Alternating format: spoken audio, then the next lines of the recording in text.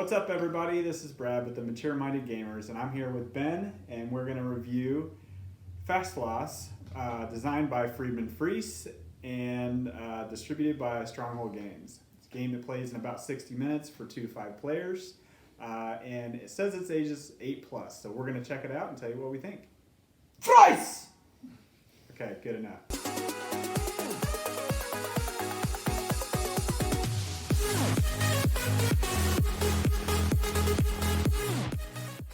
We just finished up with the game. Took us about, felt like an hour to set up, which it really didn't, but We had to do some of the construction. yeah. First game, you're going to have to put some stickers onto a bunch of little pieces. Yeah, and there are a lot of little pieces. The leaves are all really tiny leaves. Every sloth has 2 stickers on it, and then every animal has a sticker on it as well. So there was a little bit of construction for the first time through, but so it did take us maybe 20, 25 minutes or so to get started, and then maybe another 10 or 15 minutes to read through the rules. At first, I thought this game was going to be pretty convoluted with the rules, as long as it took us to get through all the different movement that you can do and the requirements for movement and what adjacent meant and things like that. But I think as we went on, it got a little easier. Yeah, it sped up as we got used to how each of the animals moved. The premise of the game is that you're a lazy sloth that wants to see the world like everyone else, but you need to use other animals to transfer around. So you've got cards with different movements for the animals that you draw each turn, and then play those to move around. So we had a bit of a learning curve at the beginning, just to get each animal has different movements, different special abilities, and checking and verifying that took a bit of time too. Yeah, I'd say the first 2 or 3 moves, it took us time to figure out what the special abilities were. Several of the animals have a special ability, like the ants give you the ability to chain together the ants to be able to move multiple spaces, and like the elephants, they deduct 1 movement from each card or each chain of cards, but then they throw you 3 spaces afterwards. So figuring out how to best use that was a little bit of a curve at the beginning. I don't know. Do you think that this would be a good game for kids? I think with the right person to go through the rules and a couple of times playing, I think kids would end up liking it. Okay. Especially with the idea of playing with animals, and especially sloths. I mean, I found that interesting right off the bat. When you told me about fast sloths, I thought, sweet, it's a sloth.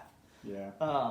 So I think with enough time and explanation of the rules, clarifying the rules, you get an 8, 9-year-old to play. Yeah. I think you'd have to find the right 8-year-old to play this game. I think that I think that the rules are long enough that an 8-year-old might lose focus or might just stop caring after reading through some of the rules, unless it's the right 8-year-old. But I think adults, I think it could be fun if there were more players. We just played a 2-player game, and it did fly by real fast. We ended up at a draw, and even with the tie, the ways that it gave you to do a tiebreaker, we still ended up with a draw. So I think 2 players isn't the right amount. I'd say that 3, 4 are probably going to be your sweet spot. Yeah, I'd say probably 4 or 5 is when this game would shine with a group of adults. With 2 players, we'd be on 2 opposite sides of the map and drawing cards. We really didn't mess with each other to move animals out of reach for each other. Mm-hmm. But with 4 or 5 people clogging up the map, you're going to be competing to try and get the animals to be able to move, and that would add some more of the competitive. This one just kind of felt we did a nice little cruise through the map. Right. And we played the first time through rules, so it told us how to stage the animals, and it told us which maps to use. Because of the game board, there are 4 different configurations of the map to vary that up, and then at the beginning of each game, you choose which animals you're going to play too, so that will affect gameplay as well. So we didn't experiment with that yet. And like Ben said, the more people you have on the map, the more churn you're going to have with the animals around the board, meaning that if I want an ant, it might be the same ant that Ben or somebody else wants, and if they're moving them away from the direction I want, then I'm going to have to fight to bring them back. So I think that would help out a lot. Yeah. So overall, how many dice would you give this game?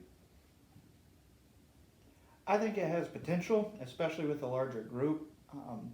The 2 kind of hurt it, but I don't want to hold it too badly against that. But I think I'd give it a 12. A 12? Okay. I was going to say around a 13, mainly because I think I've got enough interest in it to play it again with the right small group of people.